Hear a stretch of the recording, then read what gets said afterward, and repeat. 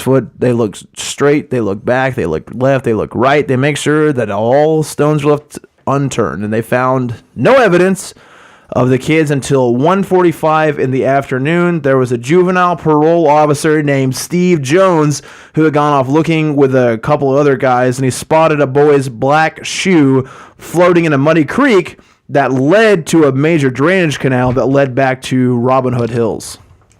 Oh, God. So when he came back and told the information, the police all gather up. They send their more elite team down to investigate the area. Well, how elite is Arkansas? Oh, not very elite. I mean, basically, once they found the shoe, they kind of figured that they were on the hot trail of the bodies, and they didn't want like the mother and father to go and see the first discovery, so they just kept it quiet and sent like detectives down to see what was going on. They discovered 3 naked bodies, hogtied with their own shoelaces. Their ankles, right leg tied to their right hand, left leg tied to the left hand behind their backs, so they're belly down at this point. And all of their clothing had been turned inside out, folded up, and wrapped around sticks, and then jammed into the river mud so that the clothes didn't float away and get shown. You know what I'm saying? Yeah. Update the live stream. It's a fucking weird thing, man, because I don't know, man. Like, I don't know. I'm fucking confuzzled. You're confuzzled. Dude. Yeah, sorry, we're having YouTube difficulties, so it's kind of throwing our talking about. YouTube's a motherfucker, man. I don't know what the hell is going on with technology today. Is being a real piece of shit.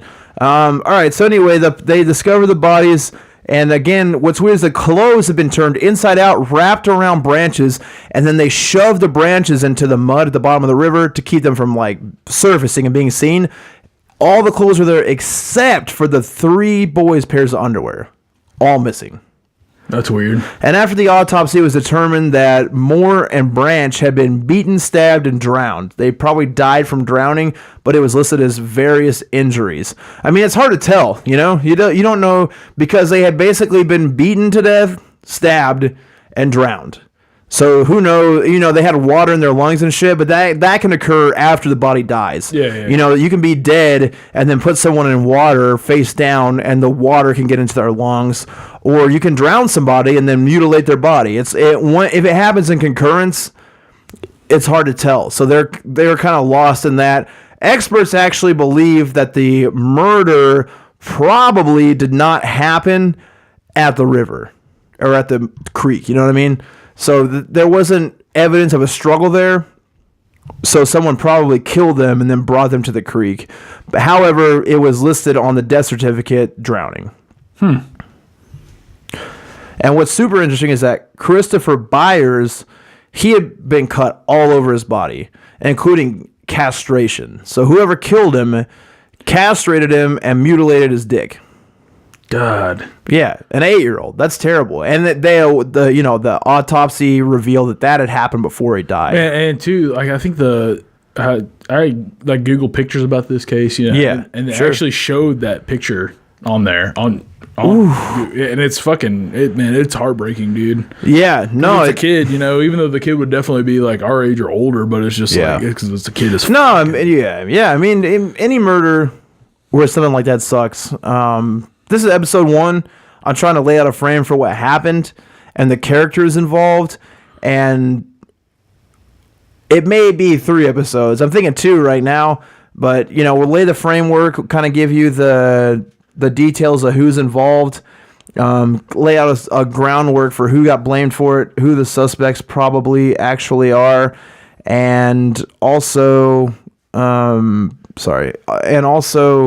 what our theory. I'd like to go over our personal theory on what happened. That won't be this episode.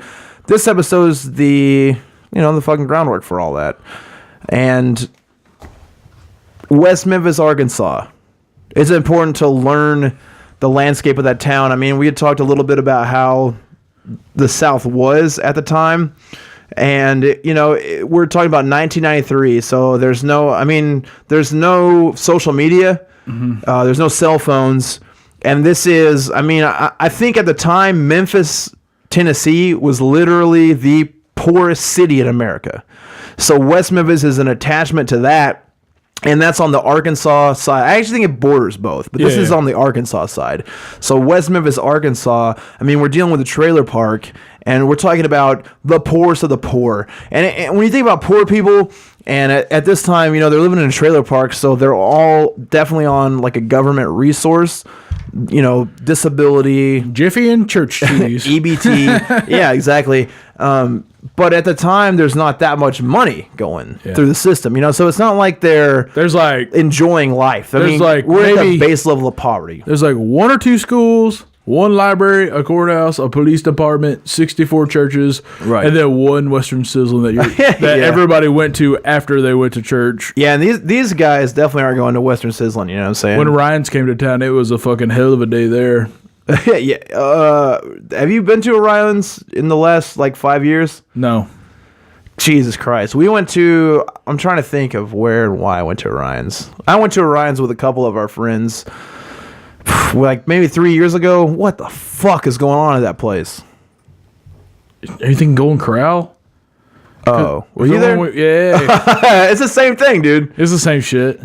That's a fucked up buffet situation. They just throw a Texas Star in the middle of the fucking logo. Yeah. Hell yeah. All right, I'm coming here. I got a fucking fondue thing of chocolate. And it's the worst. I mean, it's a buffet. That's a fact. It's for sure a buffet, but it's like the worst of the worst foods. I don't see how this dumpster pail establishment can continue to thrive. But it does, because fat fucks are like, oh, all I can eat, hamburgers, hamburger steaks, roasts, ribeyes. But it's so gross. But they don't taste like water. Yeah, everything, dude. The rolls are the best part, right? Yeah, absolutely. But everything tastes like the rolls, but it's not the same texture. It's just fucked up.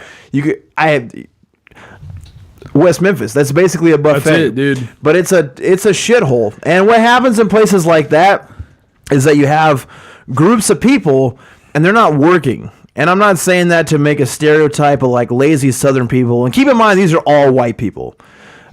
They don't have anything going on. They're sitting at home.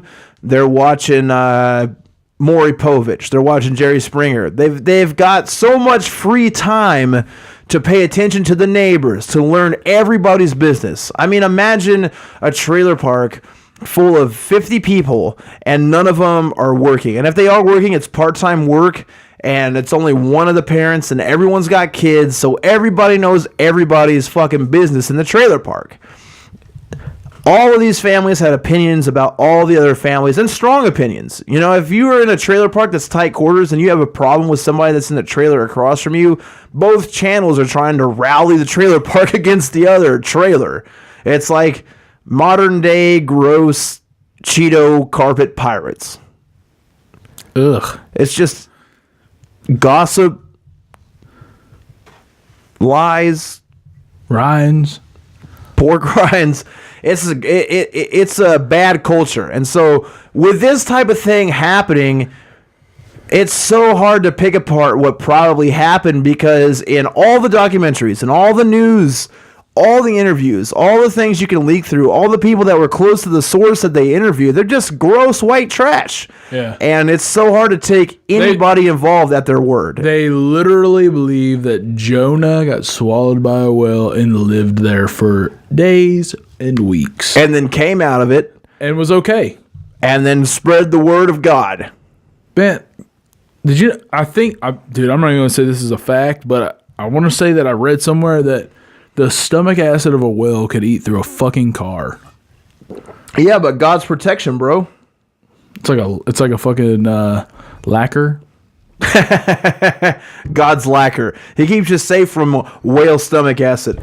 The police had several theories when this happened, before all the gossip got in line. I mean, you had poor policing. This is some of the shittiest police work that I've ever seen. And, I've loved true crime, murder stories, Law and Order, all that shit my entire life. It's something that I've always been into, so I'm no expert. I'm not a cop. I'm not a lawyer. I'm not in the judicial system. But, man... Big fan of Ice-T, though. Big fan of Ice-T. That's my favorite cop. But these cops don't have shit on him. They're horrible at their job. They don't give a fuck, and they get wrapped up in the panic angle of this whole thing right away.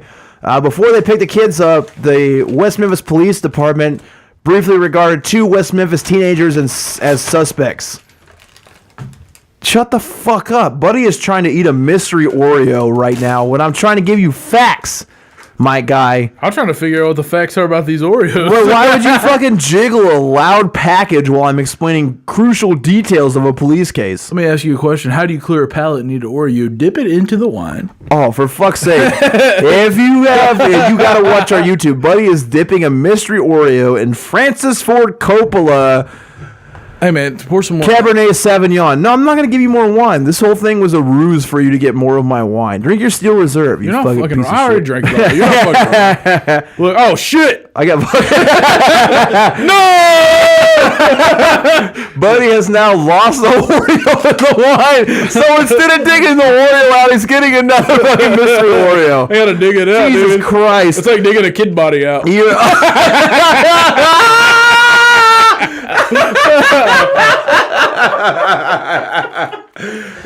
mean, you're a scum. Listen, man. What's it taste like, son? If you're gonna interrupt the podcast with tasting a mystery Oreo, you gotta describe the flavors. I think you'll get money if you describe this shit. If you pick the flavor of the mystery Oreo, I think it pays. Fruity Pebbles, dude. Yeah, Fruity Pebbles. It's fucking Fruity Pebbles. Doesn't Nabisco make Fruity Pebbles? Listen, brother. You're gonna eat another one. Don't dip this one. No, I'm not, man. This one's yours, dude. I'm not gonna eat that. I'm on the ketogenic diet. It's fucking vegan. Moron. I know an Oreo's vegan because it's not made with anything but fucking oil. I'm not eating it, stupid. I fucking heard it. You can hear the crunch. Fruity Pebbles? It's Fruity fucking Pebbles, man. All right. Hey, Nabisco, listen to this shit. Right here, if you guess the flavor, you get a chance to win $50,000. My man says it's Fruity Pebbles. If he's right, it's on record. Somebody out there tweet Nabisco. It smells like Fruity Pebbles. Somebody tweet Nabisco right now and tell him we got Fruity Pebbles on Death Metal Dicks podcast. All right, are you done eating fucking Oreos? Probably not. You're just okay. Well, can you be quiet about it? Can you pull your mouth away from the mic? I'm not gonna promise shit. Don't eat an Oreo on the podcast. I ate 30. I can hear it. I'm gonna eat the soggy motherfucker Stop. too. Please stop. It's disgusting. I hear it. No one wants to hear you chew. What the fuck's wrong with you? Oh my god, dude. Yuck. Oh, okay. Great. All right. So back to the fucking case. This is exactly why innocent people go to prison. You got a bunch of facts and then some fucking fat poor slob eating mystery Oreos, and that just eludes all the truth because you got slobbery mystery Oreo drool coming out all over your jean vest instead of paying your bills. Now shut the fuck up. It doesn't dilute any of the facts because I figured out what the fuck the flavor is. If we get $50,000 from this, we're cool. But if not, you're an idiot. It doesn't taste like a fucking youth minister dick. All right, back to the facts, Jack. West Memphis Police Department suspected 2 West Memphis teenagers as the original suspects, Chris Morgan and Brian Holland, because they had both had drug offense histories and had abruptly departed for Oceanside, California, just 4 days after the bodies were discovered. Morgan was presumed to be at least casually familiar with all 3 murdered boys, having previously driven an ice cream truck in their neighborhood. That's okay police work because ice cream truck drivers are creepy as hell. You know what I'm saying? Yeah. If you drive an ice cream truck, kids you like to fuck. That's a clear motive, and police know this. They got picked up in Oceanside, California, May 17, 1993. Morgan and Holland both took polygraph exams administered by California police, which I assume are miles ahead of Tennessee police or Arkansas police. During the questioning, Morgan claimed a long history of drug and alcohol use, which came with fucking blackouts. He said that he would get so fucked up, he did all types of shit he didn't remember, and that he might have killed the victims, but he immediately recanted that statement. So we got a guy that went from West Memphis, Tennessee, who had been busted for hard drugs many times. As soon as the boys were killed, he fled to Oceanside, California, and admitted to police that he blacks out so many times that he actually may have killed the kids and not remembered it, and they just skip right over this. And then the California police sent blood and urine samples from Morgan and Holland to the West Memphis Police Department, but there was no indication that the West Memphis Police Department even fucking investigated this as actual suspects once they got the evidence. So I'm trying to lay the groundwork for how terrible these police officers are. It's very much a possibility that these guys kill these kids, and I don't even think that's in Paradise Lost, which is the only problem. That's what some of the problems I have with Paradise Lost, and they kind of go into it themselves. Then these are the documentaries I was talking about, is that they are very set in who their suspects are, and they don't really deviate from that. They go hard on who they think actually did it. Why won't you just stop? I'm fat. This is some... God damn it, man. I mean, you're eating Oreos. Can you scoot back at least? Yo. I had to like clean my palate from the wine Oreo. No, you didn't. I did. It was bad. Yeah, of course it was bad. You can't leave an Oreo sitting in fucking Cabernet Sauvignon. You would think that at your advanced weight, you would know that you can't soak a fruit Oreo in wine and expect it to taste good. Tell that to a child molester. What? Some fancy shit like that in a kid snack? Oh, yeah. That's how they fucking lure them, dude. Yeah, fruit Oreos and wine. Try this juice. Fuck, man. Another possible suspect was Mr. Bojangles. This one will make you sick. It's a black male that possibly could have been a suspect that got brought up when they brought one of the 3 teenagers that eventually got charged for the murders of these kids. According to West Memphis police officers, on the evening of May 5th, 1993 at 8:42, workers in the Bojangles restaurant located about a mile... Bojangles is a great fried chicken establishment, first of all. I didn't even think of it. You said that, and I was like, they're blaming somebody that worked at a Bojangles. Yeah, they definitely did. Did you associate black with Sammy Davis Jr. Bojangles when I said that? No, man, because he's a Satanist. I don't touch kids. There was a man who killed some kids. He came through and ate their shit. Mr. Bojangles. Right. There was a man who slayed the 3 children that came up missing. Mr. Bojangles. So there's a dude that worked at the Bojangles restaurant located about a mile from the scene in Robin Hood Hills. It had been reported that they saw a black man who was mentally disoriented inside the restaurant's ladies' room. The man was bleeding and had brushed against the restroom walls. Officer Regina Meeks responded to the call, taking the restaurant manager's report through the eatery's drive-thru window.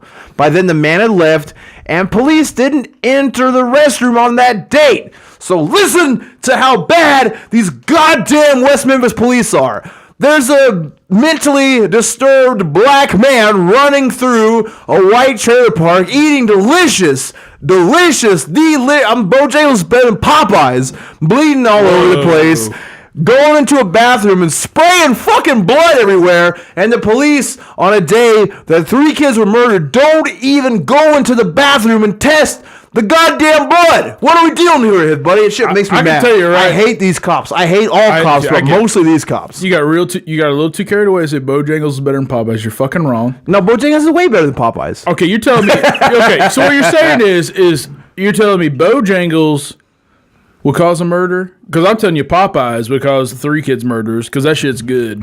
Just because it's delicious? I mean, Bojangles, I would murder someone for Bojangles. If I was hungry enough and they were like, we got this guy. He's a police officer. They got red beans and rice? Yeah, dude. You've been to Bojangles. They got kids gravy? Listen to this. Okay, you remember when we worked that event in North Carolina? We were staying at the hotel. We started a bonfire.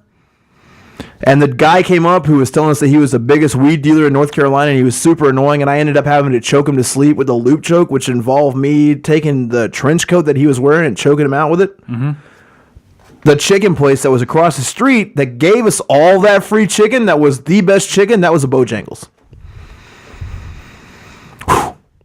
But he listened to Marilyn Manson, so that cancels out the fucking flavor savers, dude. Bojangles doesn't listen to Marilyn Manson. What are you talking about? The guy with the trench coat did, and he was the best one. Oh, yeah. So he had the weed, but did he have the chicken that we had? No, we went to get the chicken from the restaurant. Oh, so you choked him because the chicken was way better than you choked his chicken, and then you fucking did what you're supposed to do. All right.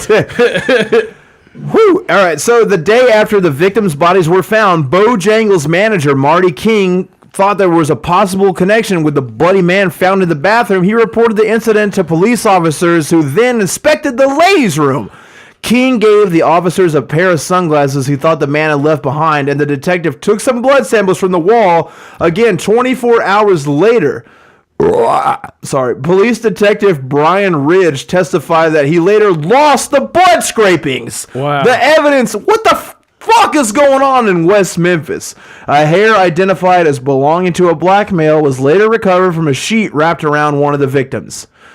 So again, these are two very plausible leads that the police just totally bonered. And I'm going to tell you why right now. Because I already know too. Right from the jump, they suspected Damian Eccles, who lived in Robin Hood Hills, of committing the murders. Why did they suspect Damian Eccles, an 18-year-old boy, and two of his teenage friends of committing this crime? Simply because Damian Eccles listened to metal and lived in the South. Let me tell you why they dismissed the black crazy dude. Go ahead. He's wearing sunglasses. Okay. In a white woman's bathroom. Okay. Fucking zooming in on their fucking twats. Okay. He didn't want to look at the color of them. He's like, oh, they're all pink in the middle. But he wanted to make sure the rounding part was what he liked. Which was white. Oh, Jesus Christ, dude. Great, man. I think the West Memphis Police Department is probably hiring right now. You want to get a job? It's only like an hour and a half away. Well, this is from the perception of. Oh, yeah, you know sure. Okay, yeah. It's not your idea. It's the West Memphis Police Department. Like I see these brutal pictures in the 90s. Yeah, of course. Yeah, definitely. Geraldo Rivera's interviewing King Diamond. Yeah.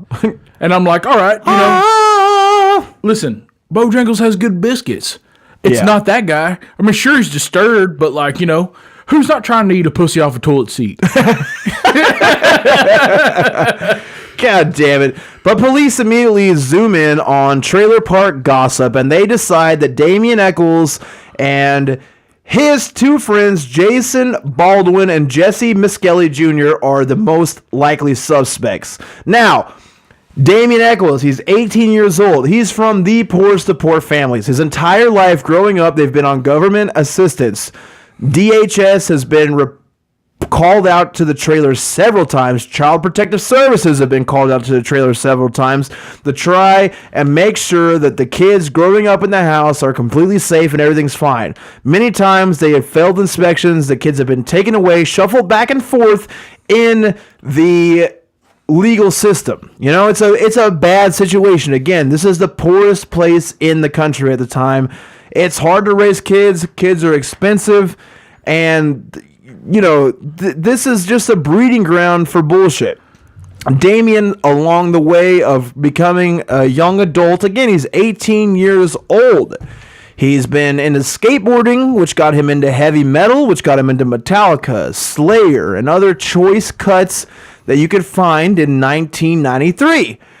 Damian's had some legal troubles. Him and his girlfriend had been arrested for burglary, breaking into an abandoned trailer in the park, just trying to fuck. You know what I mean? Yeah. Typical 17-year-old, 18-year-old shit. The problem with Damian and the rest of the community is that he had interests that other people didn't like. And that's why we laid the framework for the way the South is. Damian would draw pentagrams. He would draw upside-down crosses. He would carry around Aleister Crowley books. And look, I'm guilty of this shit when I was 13, 14 years old. I would look at Aleister Crowley shit. I would look at Anton LaVey shit. I would look up serial killer shit on the internet, all because I liked extreme music.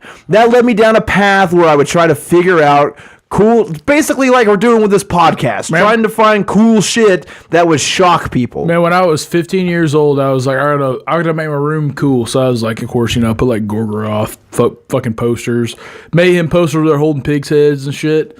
Then I was like, how do I make my room even cooler? So I told my grandpa, I was like, hey, I got $10 allowance. Take me to Hobby Lobby. They take me to Hobby Lobby. I get a poster board. Then I get some glue. Then I get it on the internet, print off some pictures of serial killers and what they did, and make like a fucking big ass thing, Yeah, like my own collage. poster of it. And my aunt comes in and she was like, "Oh God, freaking the fuck out," you know. And then she's like the one that got me into metal because she was like a fucking Iron Maiden tribute band and shit. And then she was like, "What have I done?" You know, freaking the fuck out, you know. Like, yeah, man, it was a hell of a day. Oh God.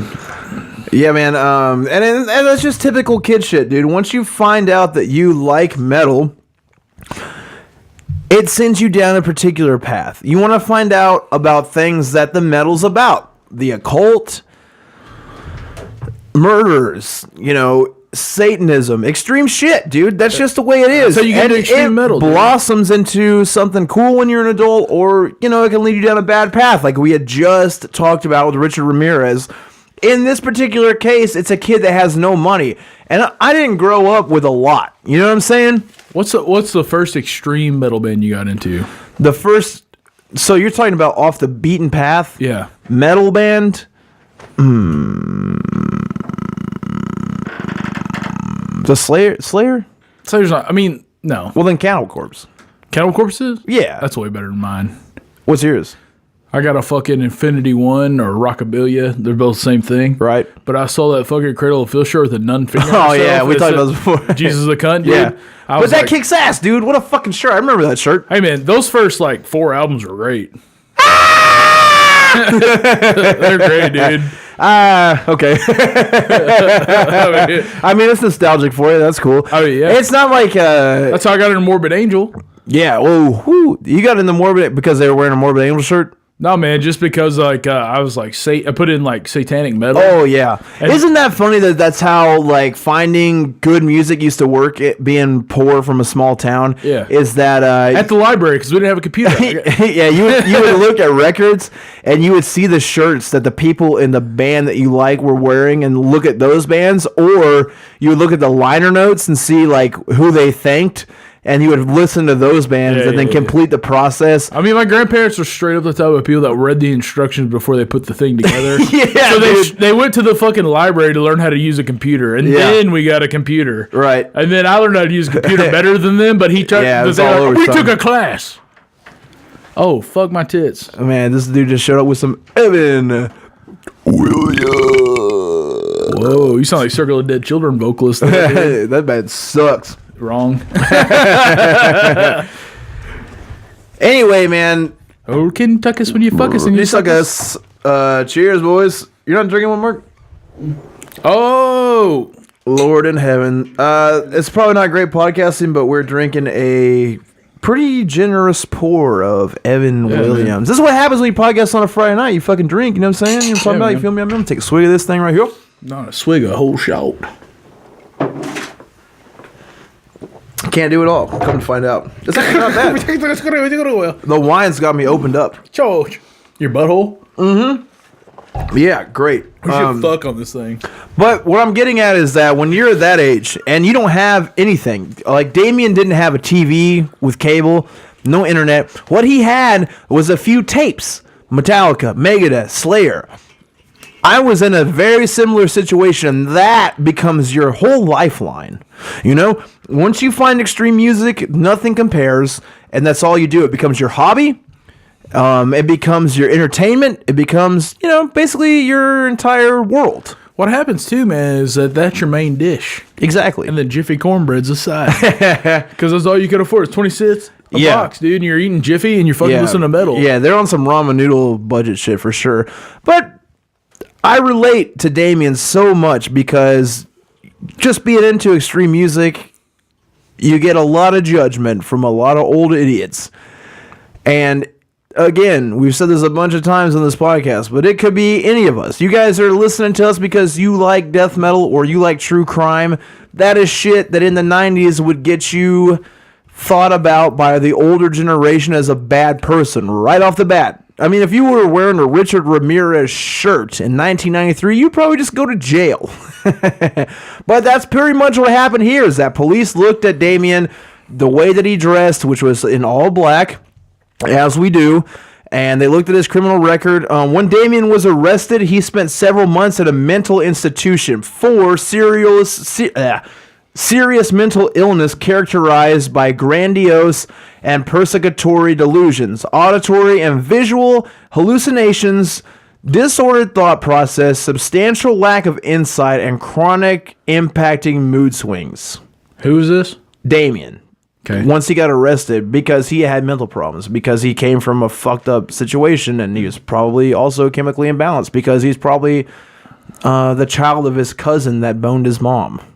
Yeah, I mean, maybe that, or that he was just smarter than everybody else and they were dumb and it just made him fucking freak out. Yeah. That happens all the time. Yeah, and then the other person that got charged with the murder was his good friend, Jason Baldwin. Jason wasn't the smartest tool in the shed, but he had good enough grades, and he was an excellent artist. They were also both super into comic books and shit, and Jason was such a good artist that everyone that was a higher level of authority in the school that he went to, principals, teachers, recommended that he go to art school and get a degree that could lead to him doing graphic arts. You know what I'm saying? Which is like what they diagnosed you and me with in high school as being Phoebes. I got ADHD charges. I do too, but I got charged, but I have that shit. You know what I'm saying? Like, I'll lose things. I'm an idiot. Oh yeah, I left a book in the refrigerator when I made a sandwich one time, dude, yeah. And my kids found it. They're like, "You left your book in the fridge?" I'm like, "Fuck." How do you explain to your kids you're not dumb? What are you doing? I'm trying to make the fart on the microphone. Trying to make a fart be heard. So you're fucking opening up a fucking belt buckle from Power Rangers. And then also local slobberhead Jesse Miskelly Jr. was charged in the case. He was 17. Jason was 16. They grabbed all three of them up. What's weird is that the two friends, Jason and Damien, hung out almost every day. Jesse was just kind of there by proxy. And once we get into next week's episode with all the legality of everything, you'll see what a crucial role Jesse played in bringing the whole thing down. And I feel like that's a good introduction to the characters. Explain the murders. The boys were mutilated, especially Christopher Bowen. He was castrated. His dick was cut into pieces. In a very poor town. This rocked the foundation of the town. There had never been anything like this that happened there. Very religious, very small southern town is what we're dealing with. I think I painted a good picture. What do you think? Yeah, man. Next week, we'll get into the legal case. We'll learn how the charges came about. We'll learn what police interviewed these kids with and who other possible suspects could be. I think we'll end up doing 3 parts because that's going to be hard to cram into one thing. And then the third one will give our theories on what happened. Because, again, I'm sure you follow this case. This is easy to find information.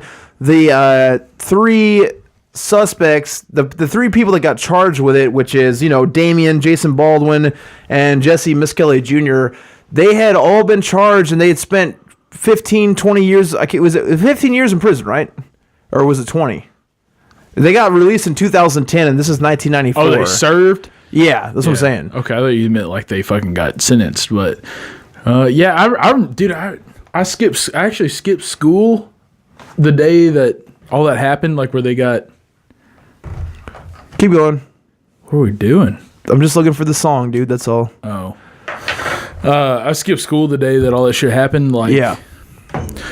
And I remember turning on the news and then being like pardoned or whatever. But I mean, everybody knows that story, so it's not like you're just really ruining. Yeah, no, there's no spoiler alert here. I think people know what's going on, and if you Google it at all, you'll see. But they all got let out of jail in 2010. I'll give you the particulars of the case. But what's so crazy about Arkansas still in 2017? What's so crazy still about Arkansas in 2017 is that they weren't let go, like they got let out of prison, but they weren't cleared of the charges. You know what I'm saying? Like they were let out of jail. So like, what's the word I'm looking for? Exonerated. Yeah. They're still guilty. They had to like enter a plea of still guilty. Go ahead, man. What were you going to say? I don't want to interrupt your podcast, but under the Alford Act. Alford plea. Alford plea. Alford plea? Okay. But yeah, they got let out of jail. We'll get into the particulars of it in the second or third episode. But Arkansas is a goddamn mess. The whole South's a fucking mess. And again, we're not professionals here. We're a mess like Arkansas. We're idiots. Professional pirate media, however, is professional. And if you're familiar with Death Metal Dicks, which I hope you're not, and you listen to this and you loved it because you're a new listener, and we're so happy to have you on board. We're rocking around the Christmas tree. And what we do here at Death Metal Dicks is we take grisly true crimes and then we compare it to real death metal song lyrics from songs that we love. And this week is no exception because we are taking the physical murders from the infamous West Memphis 3 case and we're comparing it to the Archeron song Slaughterization of Satan. And that will be read drunkenly by the autistic and dementia. What's the word? Not dementia. Demented? For not reading, you dumb fuck. You have it. You Dyslexic. Buddy Lloyd. Draw the pentagram. Pour the blood in the sand. For the master so great, it said he takes command. Slaughterization for Satan. Slaughterization for Satan. Decapitation we need, on Christ's blood we will feed. Evil and demented need. Satan will now succeed. Slaughterization for Satan. Slaughterization for Satan. Slaughterization for Satan. Slaughterization for Satan. Sacrifice tonight. You know it feels so right to put a soul to flight, to kill the sacred night. Sacrifice tonight. You know it feels so right. I love the repeating. To put a soul to flight, to kill sacred night. Die, Nazarene. They scream it. They just go, die. Second coming, no more. The body lays on the floor, opening hell's door. Demons rape the holy whore. God damn it, phone. Ooh. Slaughterization for Satan, slaughterization for Satan, slaughterization for Satan, slaughterization for Satan. Hell yeah, Archeron rules. They do, man.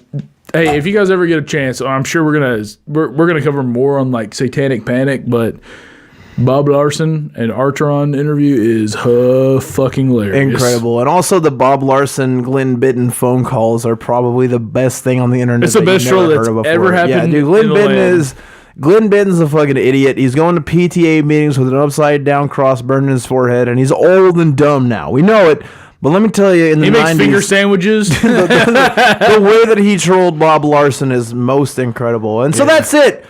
For this week, we laid the groundwork for this case. We know the characters. We know what happened in the murder. You got to add us on Facebook, Death Metal Dicks. Like the page. Share the page. Let people know about it. I know Facebook is a silly social media platform, but for whatever reason, that's the one that I like to use because I'm locked into ancient treaties of websites that I use since they came out on the internet. I remember when Facebook, you had to be a college student to use it, and that's when I was in college, so I accepted it, and I've been on it ever since. We got Death Metal Dicks, like the page. We got Christopher M. Pierce, add me. What were you in college for? Be honest. Coming. And then we got Inside Men. And we got Buddy Lloyd on Facebook. Give him an ad. And of course, like our producer, Professional Pirate Media, Instagram, same thing. Death Metal Dicks, Pro Pirate Media. Smells Like Teen Chris with a K. Lloyd Have Mercy 666. Twitter, Death Metal Dicks. Chris, what's my Death Metal Chris? What are you on Twitter? I don't. Lord Have Mercy 69. Something's weird going on with that, but I gotta figure it out. I don't care about Twitter. I don't either. Yeah, I mean, I like Instagram more. For me, it's Facebook, Instagram, Twitter. That's the guys. Whatever your venue is in town, talk us up to them. Get them to book us because look, I don't care. We don't really give a shit about anything else but coming and partying. Yeah, we want to hang. We want to do an episode and then we want to party with you guys. Party. A good way to frame it too, man. This has worked out quite well for comedy. Just call them and tell them you want us, and then tell us you did that, and I'll follow up. Because if they know that there's a demand in the area, we can make it happen. And, you know, we can come through and do a live podcast with your band. We can do it with your friend's band. We can do it with another kick-ass band. We can go to a festival. We can do a comedy show. We're mad versatile. And we're trying to travel and do some kick-fucking-ass live Death Metal Dick show. The first of which, again, will be January 25th, which is a Thursday night in Northwest Arkansas. We can't wait for that shit. And we'll release the episode, and if you're on the Patreon by then, you'll get a sweet taste of what a live Death Metal Dick show is like. So, Thank you guys again. 5-star reviews all over the place. Any platform you listen to us on, that helps us so much. The sigil that you should draw this week, I would say give it up to Belial. You said it last week. No, I didn't. I didn't do this last week. You said it 1 week. I was saying we should do it again. Let's say Azathoth. Okay. That's way better. Azathoth. We'll do that. Did I Yeah. really do Belial before? Yeah, you did Belial I've been before. drinking, son. I've been Azathoth. drinking wine, and that's what makes me... Okay, all right. We'll give it to Azathoth, which is a warrior demon. Is it? Yeah, dude. Did you just say a name and not know the backstory? No, it's H.P. Lovecraft, dude. H.P. Lovecraft... Why are we going to get an argument? H.P. Lovecraft takes actual demons from demonology and gives them a backstory, follows that line, but then writes them in way more extreme than demonology did. That's a mythos, but I mean... Why are you trying to argue with me, you dingus? I read a lot of esoteric shit, man.